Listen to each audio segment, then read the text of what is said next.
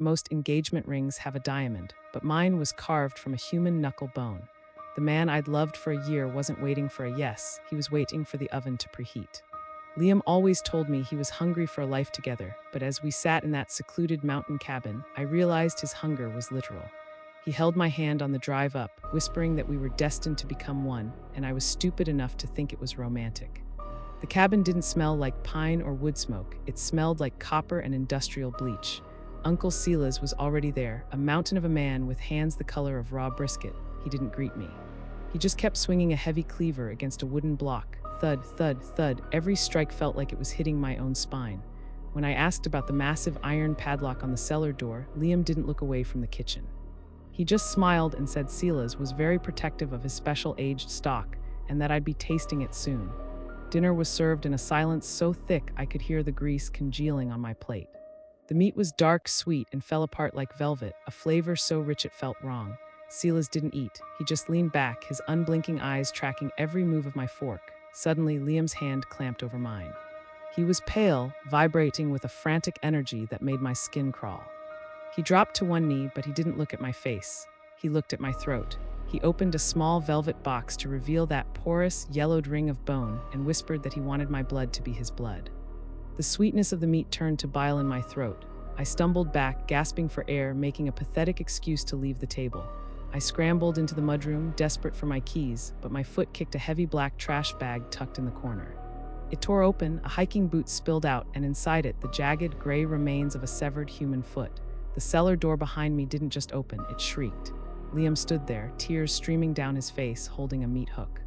He asked why I was running when they had worked so hard to get the temperature right.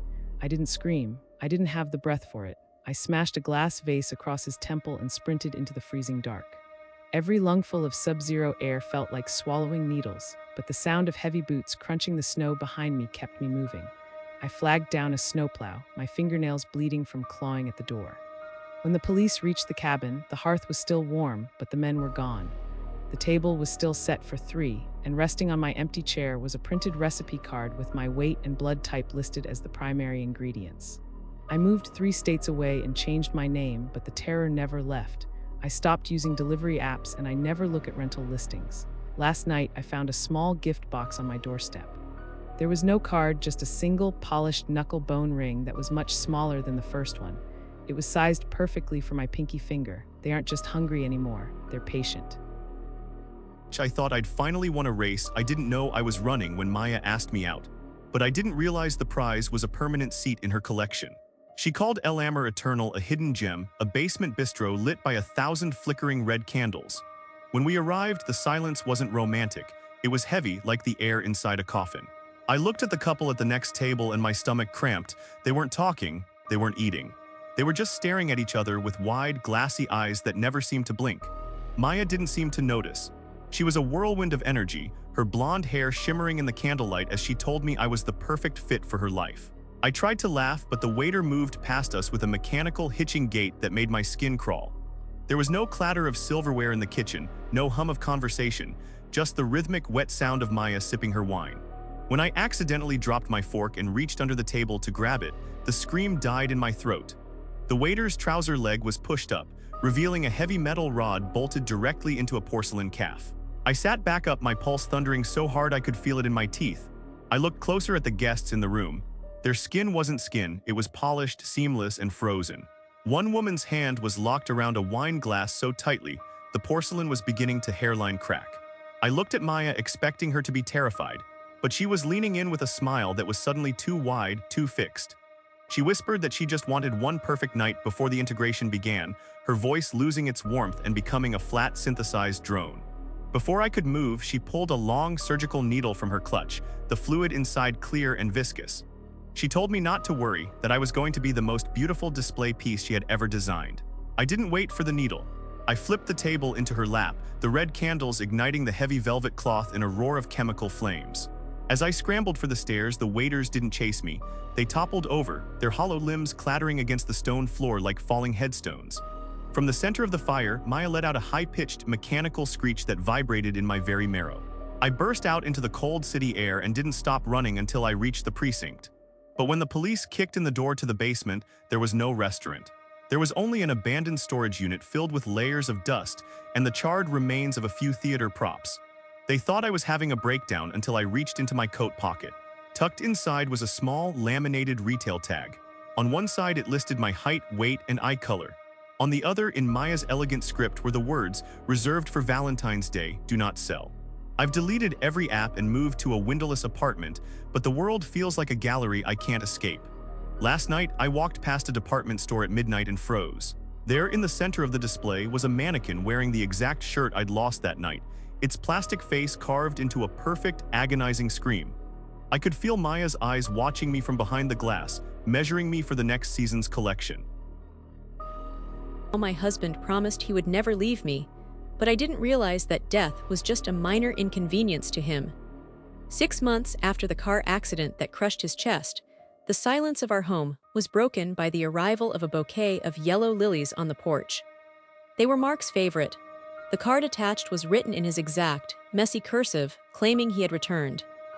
I wanted to believe it was a prank, but as I touched the petals, they felt cold, like they had been stored in a freezer. The manifestations escalated with a surgical precision that mocked my grief. I found a necklace I'd lost years ago sitting in a pool of water on the kitchen counter. Then came Toby. My 5-year-old walked into the room with his eyes fixed on the empty chair at the head of the table. He told me Daddy was sorry for being late, but the traffic was dead. I ran to the security monitors, but the footage made my heart seize. The lilies hadn't been delivered. They simply flickered into existence on the porch like a glitch in reality. By evening, the house had transformed into a tomb. The air was so frozen I could see my own breath clustering in thick clouds, yet the thermostat read 75 degrees. I hurried to Toby's room, but stopped when I heard our wedding song scratching through his toy record player. The melody was warped, the pitch dragged down into a guttural, demonic moan. I pushed the door open to find Toby staring into the black void of his closet. He whispered that Daddy was finally here, but that he looked different now. The bedroom door didn't just close. It slammed with a force that cracked the frame. From the shadows of the closet, a shape lurched into the light. It wore Mark's favorite flannel, but the man inside was a ruin of shattered bone and gray flesh. His head hung at the same impossible, sickening angle described in the coroner's report.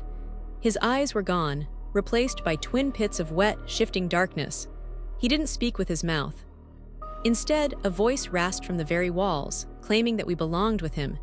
He reached out a hand that looked like wet ash, moving toward Toby. Survival instinct overrode my terror.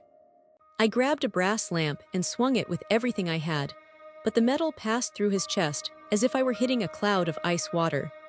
The figure let out a shriek that sounded like grinding metal, and every window in the room shattered outward at once.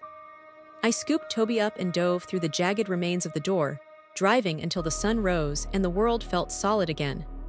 I never stepped foot in that house again, and even the professional movers quit halfway through, claiming the air inside felt heavy, like it was trying to drown them.